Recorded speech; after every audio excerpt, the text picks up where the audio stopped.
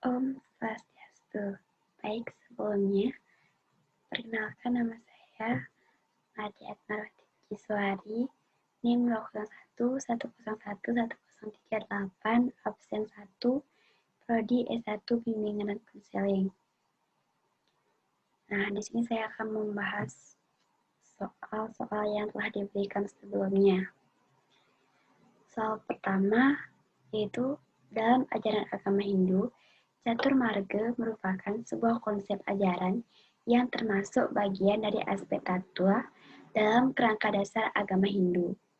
Catur Marga berasal dari kata catur yang berarti 4 dan marga yang berarti jalan. Catur Marga juga sering dikenal dengan sebutan Catur Marga Yoga. Catur Marga umumnya didefinisikan sebagai 4 jalan untuk mencapai moksa. Nah, dan membangun Jagadhita. Catur Marga adalah 4 tahapan berjenjang dalam mencapai pemahaman akan hakikat Tuhan, hakikat kesemestaan, hakikat tingkah laku, ritual, dan pemahaman-pemahaman tentang pengetahuan hakiki lainnya. Nah, jelaskan masing-masing komponen dari Catur Marga tersebut. Yang pertama ada Bhakti Marga. Bhakti Marga adalah jalan menuju Tuhan dengan cara menunjukkan bakti kita berbakti cinta kepada Tuhan dan sesama. Kata kunci dari Bhakti Marga adalah love all. Sayangi Tuhanmu, sayangi keluargamu, sayangi teman-temanmu, bahkan kau harus menyayangi musuhmu, sayangi semua. Yang kedua ada Karma Marga. Karma Marga adalah jalan menuju Tuhan dengan cara bekerja, melakukan pelayanan tanpa pamrih. Lakukanlah semua pekerjaan pelayanan itu sebagai persembahan kepada Tuhan dan jangan pernah mengharapkan pamrih atau hasilnya. Yang ketiga ada Janana Marga. Janana Marga adalah cara mencapai Tuhan dengan cara mempelajari kitab suci Weda. Jalan ini cukup sulit untuk dilakukan oleh orang biasa, karena tidak semua orang mampu untuk memahami secara benar maksud yang terkandung dalam Weda. Bila Anda ingin mempelajari kitab suci Weda, saya sangat menyarankan Anda untuk membaca Bhagavad Gita, karena Bhagavad Gita merupakan ajaran Weda yang sudah disederhanakan, sehingga orang biasa pun bisa memahami maksud yang terkandung dalam Bhagavad Gita. Selain Bhagavad Gita, Anda juga bisa mempelajari Ityasa, Mahabharata, dan Ramayana, dan Purana. Yang keempat, ada Raja Yoga.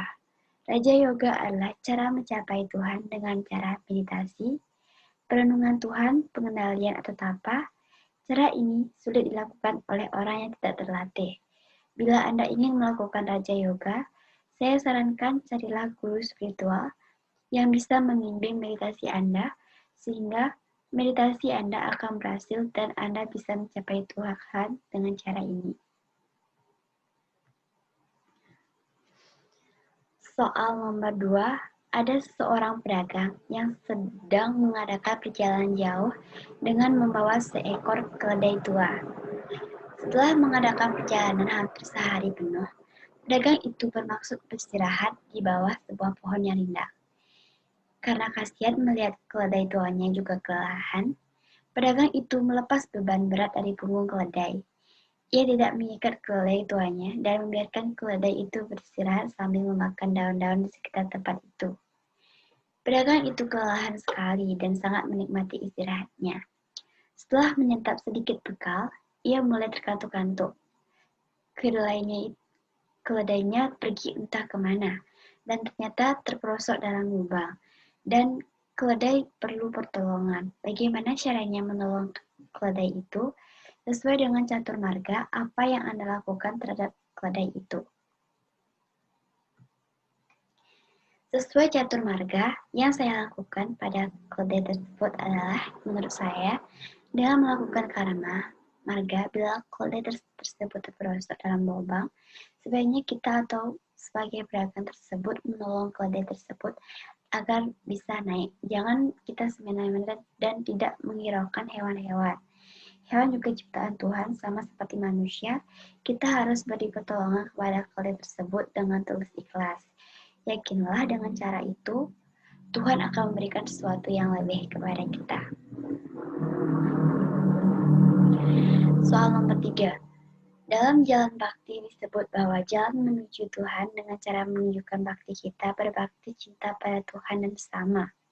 Kata kunci dari bakti marga adalah love all. Sayangi Tuhanmu, sayangi keluargamu, sayangi temanmu, bahkan kau harus menyayangi musuhmu. Sayangi semua, berikanlah contoh dalam kehidupan sehari-hari.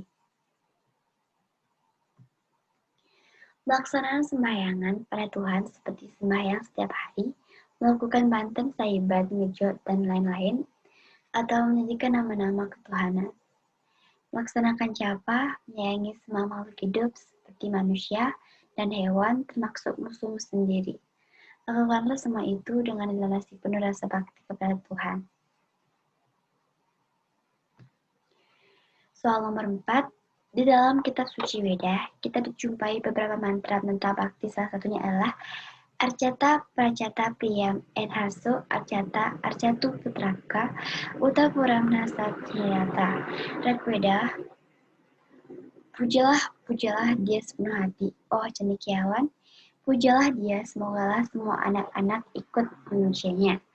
Teguhlah hati seperti kukuhnya candi dan batu karang untuk memuja keagungannya. Melihat maknanya, siapakah yang menyarankan dalam mantra itu dan siapakah yang dimaksud dengan pujalah dia? Jawabannya, sehingga bakti merupakan pujian cinta yang tulus kepada Tuhan. Mengapa harus berbakti kepada Tuhan? Karena Tuhan menciptakan alam semesta dengan segala isinya berdasarkan niatnya. Sikap bakti yang paling sederhana dalam kehidupan beragama adalah cinta kasih dan pengabdian yang tulus. Tuhan dipandang sebagai yang paling disayangi, sebagai ibu, bapak, teman, saudara, sebagai orang tua, sebagai tamu, sebagai seorang anak, dan segala-galanya. Soal nomor 5. Dalam Bhagavad Gita 3.19 dinyatakan sebagai berikut.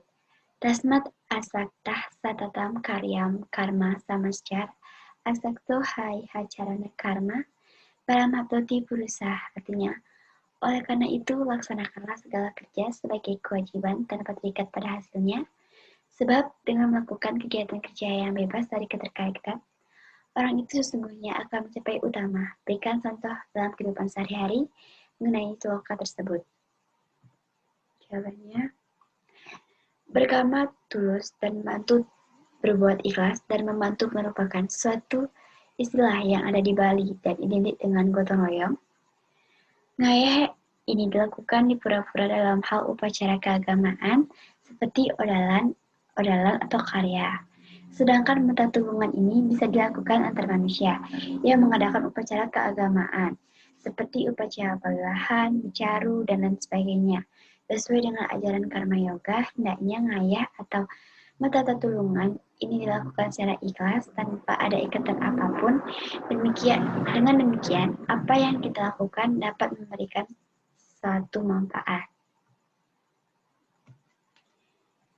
Soal nomor 6. Jelaskan jenis dan fungsi pura dan berikan contohnya. Pura Kahyangan Jagat dan Kahyangan Jagat.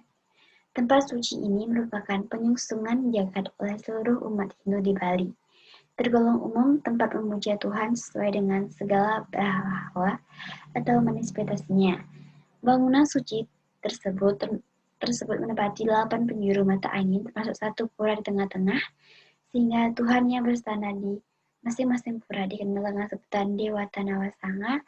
Tempat suci tersebut diantaranya Pura-Pura Uluwatu, Pura Batu Karu, Pura Puncak Mangu, Pura Ulun Danuwatur, Pura Besakih, Pura Gulawah. Yang kedua ada Pura Kahyangan 3. Dalam setiap desa adat atau desa pekraman di Bali, terdapat 3 buah tempat suci utama yang dinamakan dengan Pura Kahyangan 3, yaitu Pura Desa, tempat Stana Dewa Brahma, Pusa Stana Dewa Wisnu, dan dalam Stana Dewa Siwa. Yang ketiga ada Pura Swagina. Pura di Bali ini dikelompokkan berdasarkan fungsinya berdasarkan kesamaan dalam sebuah mata pencaharian atau sebuah pekerjaan seperti Pura Melanting untuk para pedagang, Subak, Dugu, Ulun Sui, dan Uncarik untuk para petani. Ada juga tempat suci pura pada sebuah perkantoran, perusahaan, ataupun hotel. Yang keempat, ada pura kawitan, dibangun berdasarkan asal-usul dalam satu garis keturunan atau sehingga dikenal dengan nama kawitan.